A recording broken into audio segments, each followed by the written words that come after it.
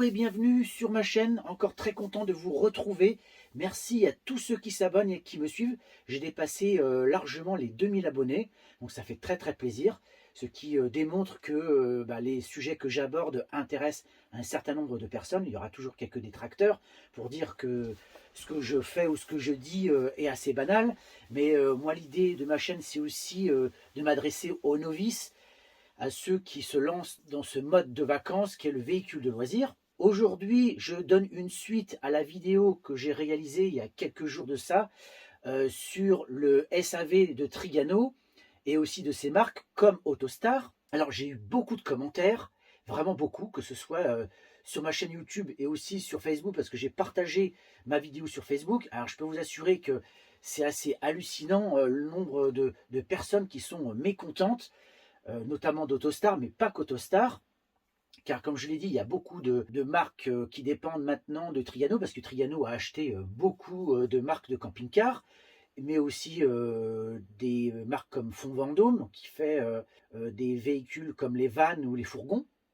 Alors, je vais vous lire quelques commentaires que j'ai pu avoir sur ma chaîne. C'est quand même assez évocateur de ce qui se passe. Il y en a un qui dit que notamment lorsqu'il cherchait à acheter un camping-car neuf, il est allé chez un concessionnaire multimarque qui fait notamment, entre autres, Autostar. Il a été surpris lorsque celui-ci lui a déconseillé d'acheter un Autostar et l'a orienté vers une marque Detlef, donc une marque allemande. Qui me dit alors, un grand merci pour cette vidéo qui me sauve. J'allais craquer pour un Autostar pour y vivre à l'année. Et là, il me demande des conseils pour acheter un véhicule poids lourd. Le problème, un autre qui dit que le problème qui devient récurrent sur toutes les marques, notamment qui dépendent du groupe Trigano, possède un Campé Rêve, mais il a eu d'autres camping-cars du groupe Trigano, et c'est au niveau de la fiabilité, de la finition par rapport à des véhicules de 2010-2015, malgré une différence de prix de près de 40 000 euros, les gens achètent des véhicules quand même qui sont beaucoup plus chers et qui sont moins fiables, ce qui est quand même assez incroyable. D'autres qui me disent qu'ils fuient tout simplement le groupe Trigano. Il y a tant d'autres marques. Bon courage à tous les possesseurs de véhicules du groupe Trigano. Alors là, j'ai aussi, c'est Phil et Fab.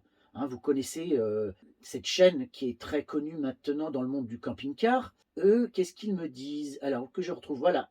Nous avons eu 2 camping-cars français achetés neufs, un pilote et un rapido. Et donc, pour l'instant, Trigano ne les a pas rachetés. Une catastrophe sur ces 2 véhicules qui ont passé presque plus de temps en concession que nous emmener en week-end ou en vacances.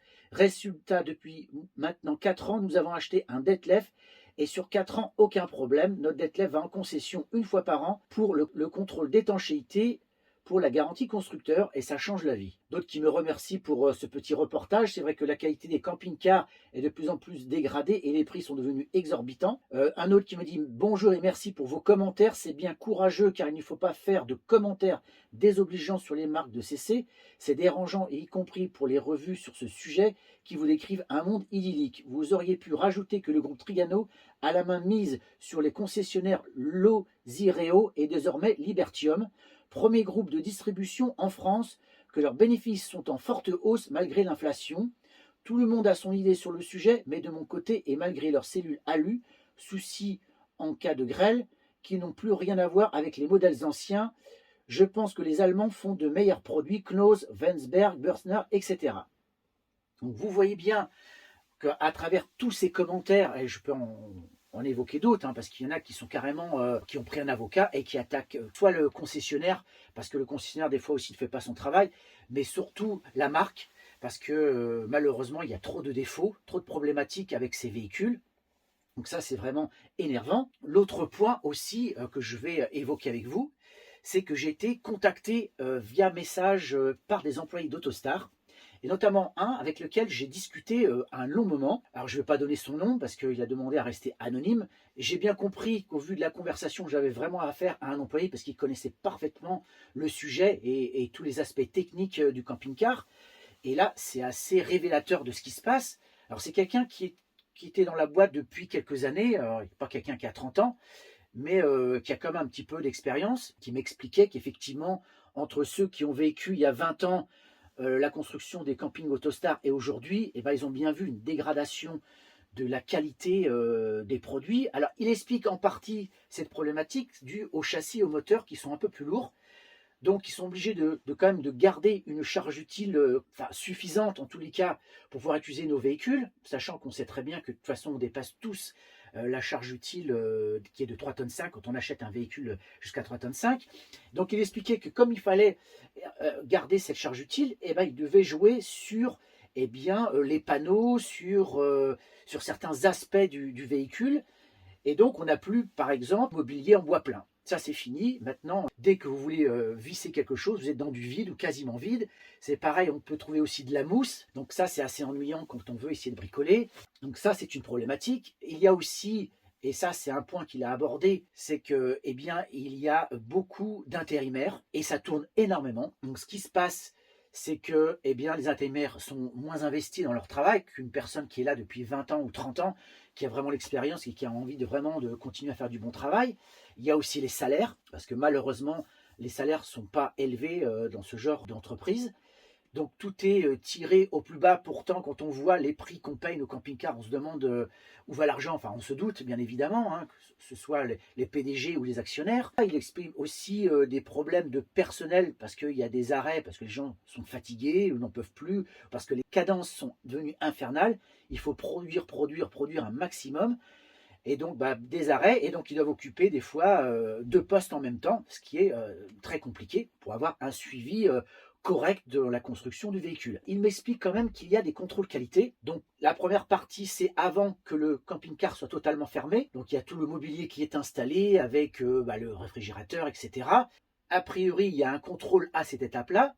Ensuite, il ferme le véhicule complètement en mettant tous les panneaux de chaque côté. Et là aussi, il y a un contrôle qui est effectué. Et enfin, le véhicule va dans une pièce où le véhicule va recevoir de l'eau quasiment toute une journée pour voir si le véhicule est bien étanche. Mais il explique que malheureusement, même à travers ces contrôles qualité qui sont existants, mais il y a quand même des choses qui passent au travers, pas forcément des choses très très graves, mais des choses qui sont embêtantes pour la suite. Alors je vous expliquerai ça après. J'ai parlé de ces problèmes de plancher qui s'affaissent sur certains véhicules et m'expliquer qu'effectivement il y a eu vers 2017-2018 un certain nombre de camping-cars qui ont été touchés par cette problématique-là de plancher qui s'affaisse. Donc le problème est connu chez Autostar. Donc ça, quand vous allez chez Autostar, prennent votre véhicule en charge, là il n'y a pas de problème. Ils font un maximum pour régler ce souci qui est quand même assez important. Il y a eu aussi des problèmes d'étanchéité au niveau des lanterneaux. Le problème est plus ou moins résolu, mais il y a toujours, ça peut arriver encore des problématiques parce que ce sont les intérimaires qui interviennent et qui ne vont pas faire le travail comme il faut, en tout cas avec une rigueur qu'on peut exiger pour ce type de véhicule. Alors, je reviens sur ces petites problématiques qu'il peut y avoir même quand le véhicule a passé tous ses contrôles. C'est le SAV ensuite. Alors moi j'étais confronté, je vous l'ai expliqué dans ma vidéo, où j'ai des petites pièces qui doivent être changées dans le cadre de la garantie de mon véhicule, donc notamment la porte de ma salle de bain, mais aussi un tiroir. Et à l'arrière, il doit y avoir une intervention parce que j'ai abîmé mon véhicule et ils doivent absolument récupérer au niveau du SAV une cornière. Donc la cornière a été commandée, mais toutes ces pièces-là, et c'est là où le bas blesse, c'est qu'on n'arrive pas à les avoir, c'est hyper compliqué. Ils font ça au compte-gouttes, enfin je ne sais pas comment ils se débrouillent, c'est hyper fastidieux pour les concessionnaires quand ils font leur travail et quand ils demandent aussi les pièces. Parce que là, je me suis rendu compte que, semble-t-il, que le concessionnaire avait oublié une pièce qui est une pièce très importante. Donc, nous avons deux problématiques dans la construction des camping-cars. Il y a la partie, l'ossature, ce qui fait tenir le camping-car, c'est-à-dire les panneaux, le plancher, etc. Le double plancher quand il y en a. Et ensuite, il y a toute la partie finition. Et là, comme je vous l'ai expliqué, c'est très compliqué. Donc, quand il s'agit de gros problèmes d'infrastructure, en général, le SAV suit assez bien, le concessionnaire ou le constructeur. Mais quand c'est des petits problèmes, là, c'est là où le bas blesse. Alors, ce que j'ai fait, c'est que j'ai contacté Monsieur Hardy, qui est le responsable SAV d'Autostar. Il a confirmé ce qu'on m'avait déjà dit. C'est que pour avoir les pièces, les petites pièces, c'est pas Autostar qui gère ça. C'est Trigano Service, c'est eux qui s'occupent de s'approvisionner en pièces ou de construire les pièces. Et là, ils peuvent rien faire. C'est quand même assez incroyable, mais c'est comme ça. Donc moi, j'ai contacté Trigano Service. Donc là, il faut y aller avec les références et le numéro de la commande qui a été passée par votre concessionnaire pour vérifier si déjà la commande a été passée. Et ensuite, Si ce n'est pas le cas, eh ben, vous retournez vers le concessionnaire ou bien demandez à Trigano d'intervenir et de faire le nécessaire. Donc, c'est à vous de faire la démarche aussi, en plus du concessionnaire. Tout ça, c'est pas normal. Ça me fout en boule. Et j'imagine que tous ceux qui sont concernés par ces problèmes de SAV sont hyper énervés et hyper en colère. Encore plus quand il y a des gros problèmes, comme je l'ai expliqué, d'étanchéité ou de plancher qui s'affaissent. Il en existe, parce que là, il va faire bouger les choses. Alors, il y a plusieurs solutions pour faire avancer des dossiers comme le mien et comme le vôtre. La première, c'est éventuellement de faire appel à une assistance juridique. Donc c'est ce que je vais essayer de faire. Il y a aussi le médiateur de la République et après éventuellement la justice. Ça, ce sont les premières étapes. Il y a aussi, je vais vous expliquer ça après dans le détail, c'est tout ce qui concerne les médias, les journaux spécialisés, etc. Mais d'abord, je vais vous montrer un petit peu comment je vais faire avec mon concessionnaire, comment je vais faire pour faire avancer mon dossier. Je vous montre ça en images. Allez, c'est parti. Donc là, ce que je vais faire, c'est que je vais contacter donc Bonjour Caravaning et notamment le SAV. J'ai appelé hier l'assurance de mon camping-car et aussi l'assistance juridique qui, eux, vont faire pression sur le SAV pour que mon dossier avance parce que c'est pas normal que 6 mois après, rien n'ait bougé. Donc je vais vous montrer tout de suite par l'image comment je vais intervenir. Je vais surtout aussi essayer de les menacer et peut-être en leur disant que je vais faire appel non seulement à l'assistance juridique mais aussi à un médiateur de la République et ça ils n'aiment pas trop. On va voir ce que ça va donner. Est-ce que ça va faire bouger les choses? Je vous montre ça en images. Réparation depuis 6 mois de mon véhicule et j'attends pour les pièces.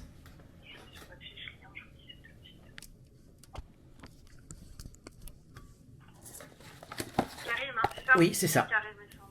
Oui.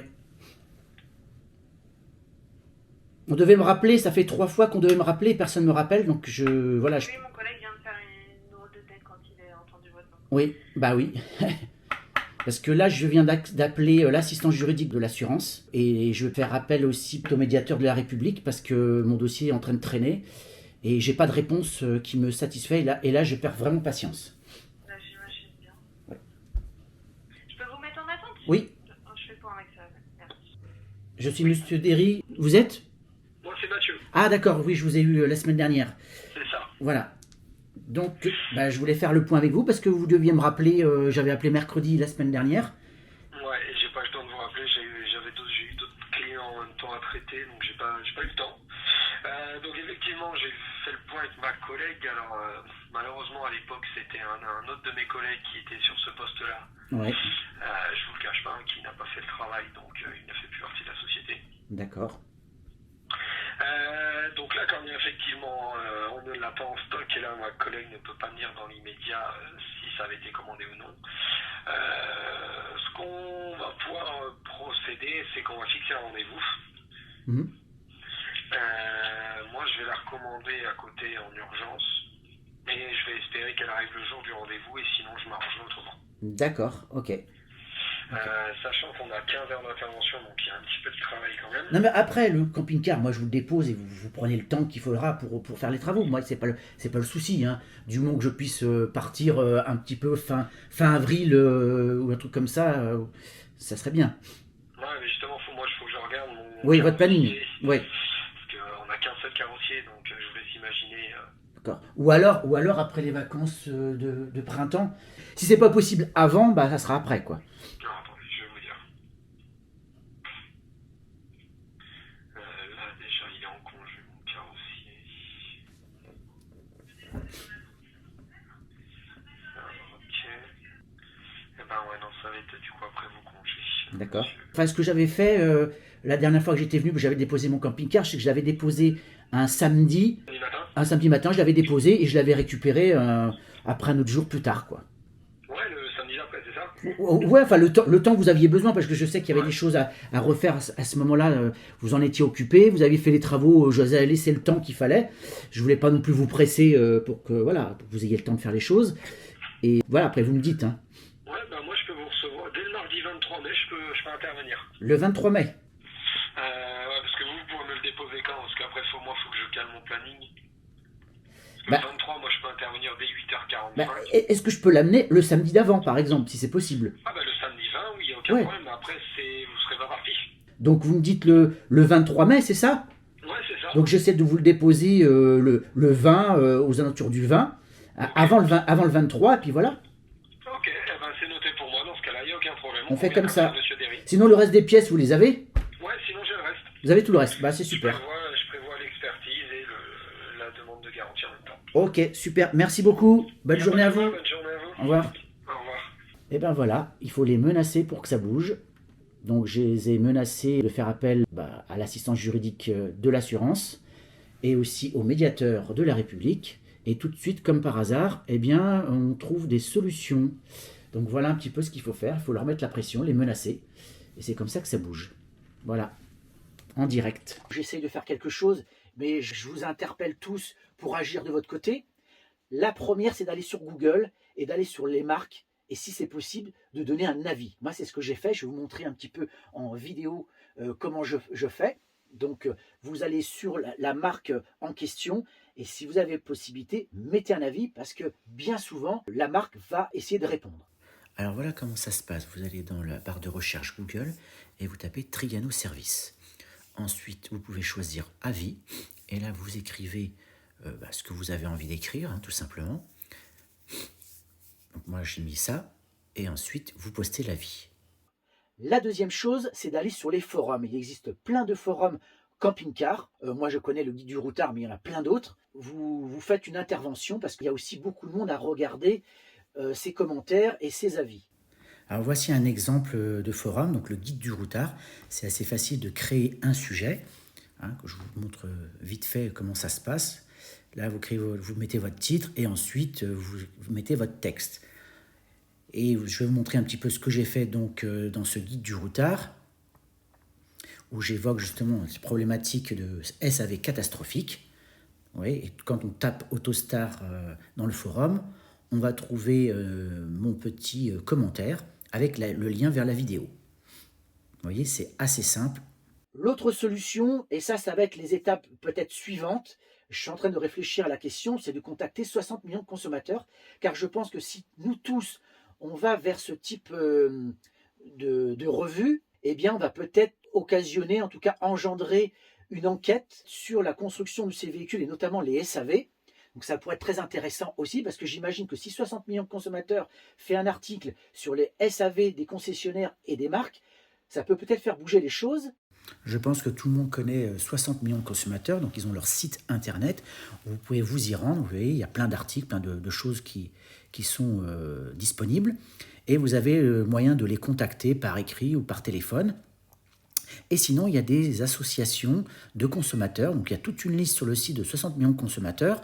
Donc c'est quand même assez intéressant et je pense qu'on peut y trouver des gens compétents, des gens qui peuvent nous aider, donc comme CLCV, ce qui est très connu. Qu'est-ce qu'il y a d'autre? UFC Que Choisir aussi. Donc avec tout ça, je pense qu'on peut faire bouger les choses. Une autre personne aussi m'a interpellé et m'a dit, mais pourquoi pas aller aussi à la télé? Il y a une émission qui est faite par Julien Courbet qui justement peut faire bouger les choses. Ça arrive en tous les cas. J'ai regardé une fois son émission, effectivement, il interpelle les concessionnaires notamment et il essaye de les faire bouger. Donc je vous montre en image à quoi ça correspond. Merci à tous ceux qui viennent de nous rejoindre. Merci de passer la matinée avec nous. Il y aura énormément de cas. D'ailleurs, d'ores et déjà, dans notre studio, Karine est venue s'installer. Bonjour Karine. Quand on rencontre des difficultés à faire valoir ses droits, c'était une émission qu'on peut contacter quand on a des litiges ou on est face à des arnaques. Voici la page pour les contacter, c'est assez facile. Il y a notamment une adresse mail. Je pense que le numéro de téléphone n'est plus valable. En tout cas, je pense que c'est une solution pour faire intervenir Julien Courbet sur cette question des SAV des camping-cars. Et enfin, je pense que la dernière solution, c'est peut-être d'aller manifester. C'est aussi ce qu'on m'a suggéré dans cette vidéo, c'est de manifester, d'interpeller les journalistes le jour de la manifestation et d'aller devant les sièges ou devant les concessionnaires de ces marques et de leur dire qu'il faut se bouger les fesses parce qu'on en a marre d'attendre nos pièces pendant des mois et des mois, voire plus. Alors la question qui se pose à nous tous, c'est est-ce qu'il faut acheter français? Aujourd'hui, les politiques de partout nous disent achetez français, c'est super, c'est génial, et puis il faut faire marcher l'entreprise française. Moi, je suis tout à fait pour, il n'y a pas de problème. Il faut faire marcher l'industrie française et les entreprises françaises, au contraire. Mais encore faut-il qu'ils nous fassent des produits de qualité et surtout un SAV qui suit les produits. Et là, c'est pas le cas. On le voit avec Trigano, qui est un grand groupe français et européen. Et malheureusement, le SAV ne suit pas. Est-ce qu'il ne faut pas se tourner vers d'autres marques? Et là, il y a des avis qui divergent. Il y en a qui disent, oui, effectivement, il y a des marques allemandes, notamment Detlef, Börsner, pour lesquelles, eh bien, effectivement, la qualité de fabrication est là. Et en général, le SAV est très bien. Et d'autres qui disent, bah non, c'est plus mitigé parce qu'il y a aussi d'autres marques allemandes où on a aussi des problèmes parfois de SAV ou de construction qui n'est pas au top. Donc, donnez-moi votre avis parce que c'est vrai que là, je suis un peu dubitatif. Et surtout, je me pose la question si je ne vais pas peut-être revendre à terme mon véhicule. J'attends de voir un petit peu la suite parce que je suis un peu mitigé parce que je suis content quand même de mon véhicule, de l'aménagement. Et pour l'instant, je n'ai pas eu personnellement de gros problèmes et heureusement pour moi, mais je sais que d'autres en ont eu. Je suis assez quand même content du véhicule, mais ce qui m'embête, c'est le SAV derrière. Si par la suite, j'ai d'autres problématiques plus importantes et que je n'ai pas de SAV, eh bien, ça va être la grosse galère. La question que beaucoup se posent, c'est est-ce que peut-être qu'il ne va pas falloir aller se tourner vers ces marques étrangères, notamment allemandes, parce qu'on connaît la qualité de fabrication allemande. Dites-moi en commentaire ce que vous en pensez, parce qu'il y a aussi des marques françaises comme Florium, il y a Rapido. A priori, il y a pas mal de personnes qui semblent contentes. Moi, en tout cas, je vais essayer de regarder de mon côté ce qu'il en est. Je ne sais pas quoi en penser, en tout cas pour l'instant. Donc, n'hésitez pas en commentaire à me dire si vous avez eu cette expérience de véhicule allemand ou de véhicule français, mais pas du groupe Trigano, si vous en êtes satisfait, si vous êtes satisfait aussi du SAV. En tous les cas, merci d'avoir regardé cette vidéo. N'hésitez pas à commenter, partager, parce que c'est très important, parce qu'il faut faire bouger les choses et que je vous ai donné quelques conseils aussi pour essayer de faire avancer ce dossier des SAV et du suivi de nos véhicules de loisirs. Je vous dis donc à très bientôt pour une prochaine vidéo. Allez, au revoir!